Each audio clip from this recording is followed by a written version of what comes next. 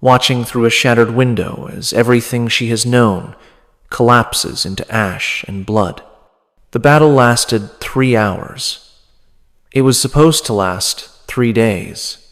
Her husband's army, 3,000 men who had never lost a major engagement, who had held this coastline against raiders for a decade, broke in the first hour of fighting. Not because the Northmen outnumbered them, though they did. Not because the Northmen had better weapons, though in some ways they did. But because the Northmen fought with something Matilda's people did not have, a complete absence of the fear that makes men hesitate. She watched from the tower as her husband's cavalry charged and was swallowed. She watched the shield wall form and collapse. She watched Oswulf himself, recognizable by his golden armor, surrounded and pulled from his horse, like a stag brought down by wolves. What they did to him while he was still alive, she saw only fragments of through the smoke, enough to understand, enough to know that death came slowly when the Northmen wanted it to. Now, the great hall is filling with smoke, and the doors are shuddering under the impact of axes, and Matilda stands motionless in the center of the room because there is nowhere to go. The secret passage her husband had built for exactly this situation collapsed when the east tower fell. The guards who were supposed to protect her are dead in the courtyard. The servants who might have helped her escape fled hours ago. She is alone, unarmed, and wearing a crown that marks her as exactly what the men outside are looking for. The doors splinter. Through the gap she sees faces painted with symbols she does not recognize, eyes that reflect firelight with an intensity that seems inhuman. The first Northman through the door is enormous, half a head taller than any man in her husband's guard, his beard braided with silver rings that catch the light as he moves. He stops when he sees her. His eyes travel from her face to her crown to the rings on her fingers, assessing not her beauty or her terror, but her value. She is not a woman to him. She is a prize, a commodity, a symbol of victory that will be displayed and used and eventually disposed of according to customs she has heard whispered about but never fully believed. Behind him, more men pour into the hall. They do not touch her, not yet. They wait for the large man to speak, to claim, to decide. The hierarchy is clear even through her shock. This man commands, the others follow, and her fate depends entirely on what he determines she is worth. He speaks in a language she does not understand, harsh consonants and rolling vowels that sound like stones grinding together. The men around him laugh at whatever he said. One of them responds, gesturing at her crown. Another makes a motion she cannot interpret, but that makes the others laugh harder. The large man silences them with a look. He approaches her slowly, the way a hunter approaches a trapped animal, confident but alert for unexpected movement. He stops 3 feet away and studies her face with an attention that is somehow worse than violence would be. Drottning, he says. The word is unfamiliar, but its meaning is clear from context. Queen. He reaches out and removes the crown from her head. His hands are surprisingly gentle, almost ceremonial, as if the removal is a ritual rather than a theft. He examines the crown briefly, weighing it, assessing the gold and gems, then hands it to one of his men without looking. Then, he looks at her again, and his expression changes. Something shifts behind his eyes, some calculation completing, some decision being made. Freyha Gefur, he says. Whatever it means, it makes the men around him grow quiet. They look at her differently now, with something that might be fear, or might be reverence, or might be anticipation of something she cannot imagine. The large man takes her arm, his grip firm but not painful, and leads her out of the burning hall into a night lit by the flames of her kingdom's destruction. Around her, she sees women being dragged from buildings, children being sorted into groups, men being executed or bound depending on criteria she cannot determine. She sees her husband's body, or what remains of it, displayed on a pole near the main gate. She does not scream.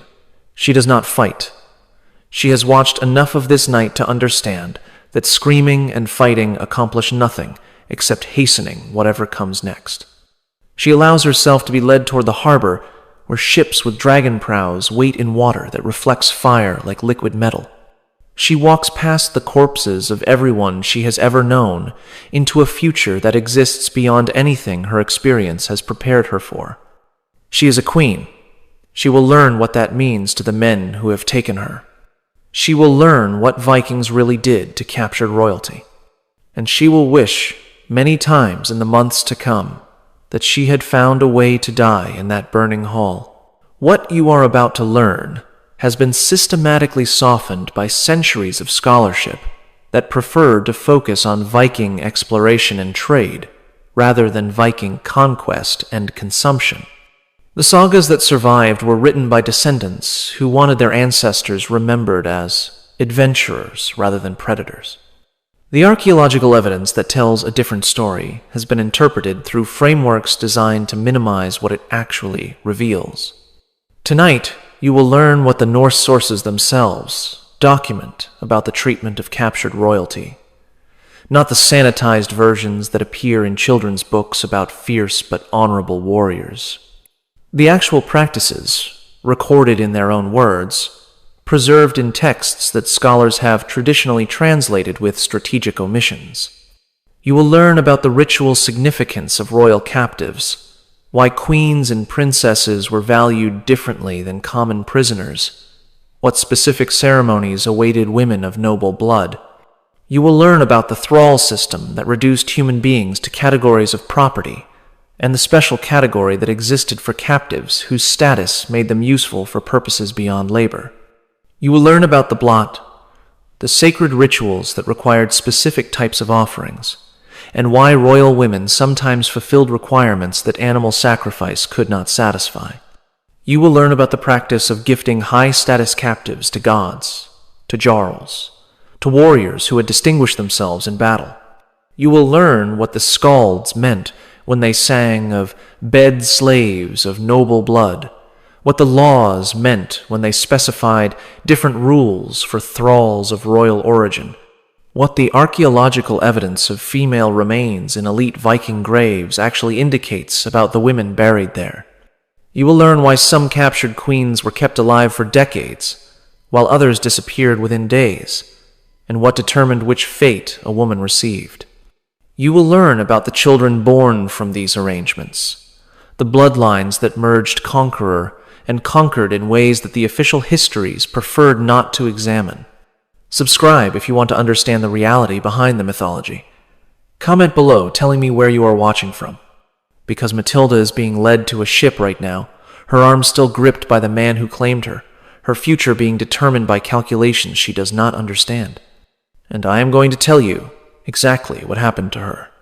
But before I reveal what the Vikings did to captured queens, before I explain the system that had been refined over centuries to extract specific value from royal women, I need to take you back. I need to show you how Viking society actually functioned, why they valued certain captives above all others, and what their own sources reveal about the fate of noble women who fell into their hands.